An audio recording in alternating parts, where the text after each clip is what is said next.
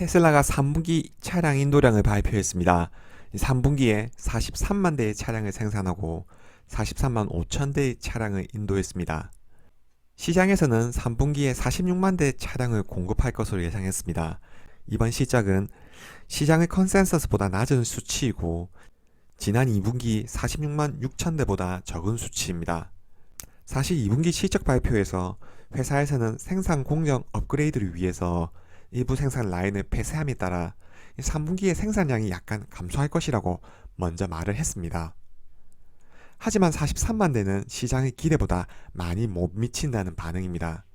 하지만 저는 3분기 인도량 미스는 전혀 우려할 사항이 아니라고 생각하고 있습니다. 왜 그렇게 생각하는지 하나씩 알아보겠습니다. 테슬라는 2분기까지 총 92만 대의 차량을 생산했습니다. 3분기 차량 생산량까지 합하면 135만 대이고 3개월을 앞둔 시기에 회사는 여전히 180만 대 생산을 목표로 하고 있다고 말했습니다. 4분기에 44만 9천 대의 차량을 생산하겠다는 거죠.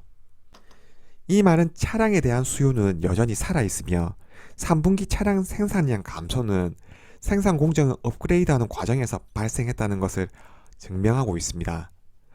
오히려 이번 업그레이드 과정을 거치면서 차량 생산 대수를 더 효율화할 수 있다는 거죠. 3분기 차량 생산량 감소분은 4분기 추가적인 생산으로 충분히 상쇄할 수 있을 겁니다.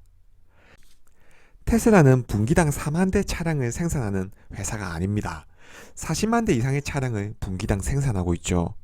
그리고 생산 대수의 증가도 전년 대비 크게 증가하고 있습니다.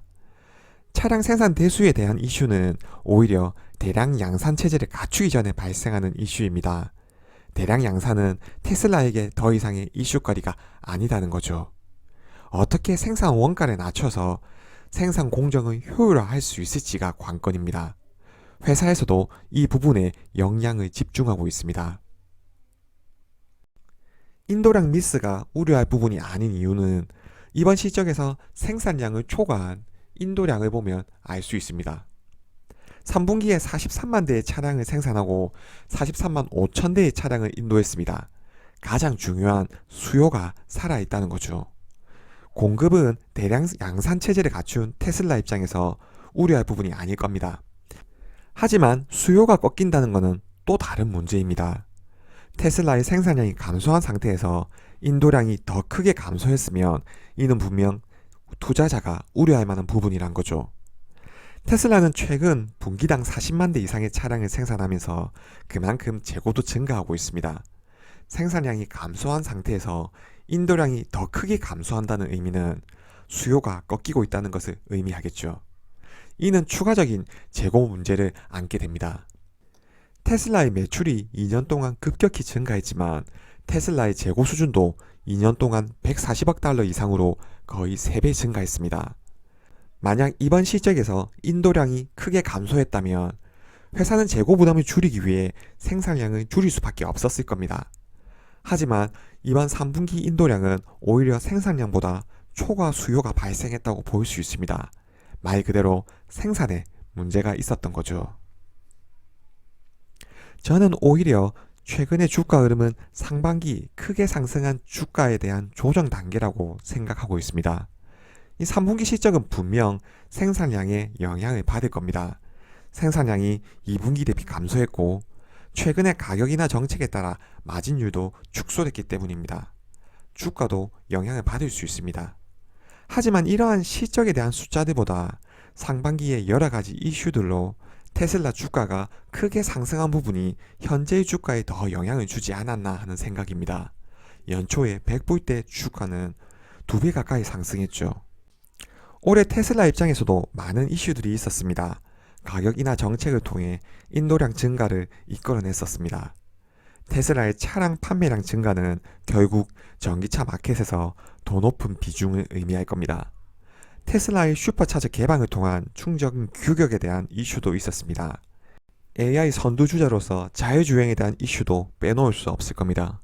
이 과정을 거치면서 주가도 함께 올라왔습니다. 하지만 대외적인 환경은 악재가 많았던 게 사실입니다. 높은 금리 환경과 급격한 인플레는 분명 차량 수요에 영향을 줄 겁니다. 차량은 주택을 제외하고는 가장 값비싼 소비재이기 때문이죠. 이런 불리한 환경에서도 수요를 여전히 유지하고 있다는 것만으로도 어떻게 보면 정말 잘하고 있다는 거죠. 4분기 차량 생산량이 3분기 대비 증가할 것으로 예상되고 사이버 트럭에 대한 이슈도 있습니다. FSD의 새로운 버전도 출시를 앞두고 있죠. 그 이전에 3분기 실적 발표를 앞두고 그리고 실적 발표에 대한 가이던스에 따라 어느 정도 조정은 불가피하다고 예상하고 있습니다. 하지만 이러한 숫자들은 테슬라의 큰 그림에 비하면 크게 중요한 부분이 아니라는 거죠. 인도량에 이은 3분기 실적이 어떻게 나올지는 프리뷰 영상으로 다시 찾아뵙도록 하겠습니다. 이번 영상은 여기까지입니다. 시청해 주셔서 감사합니다.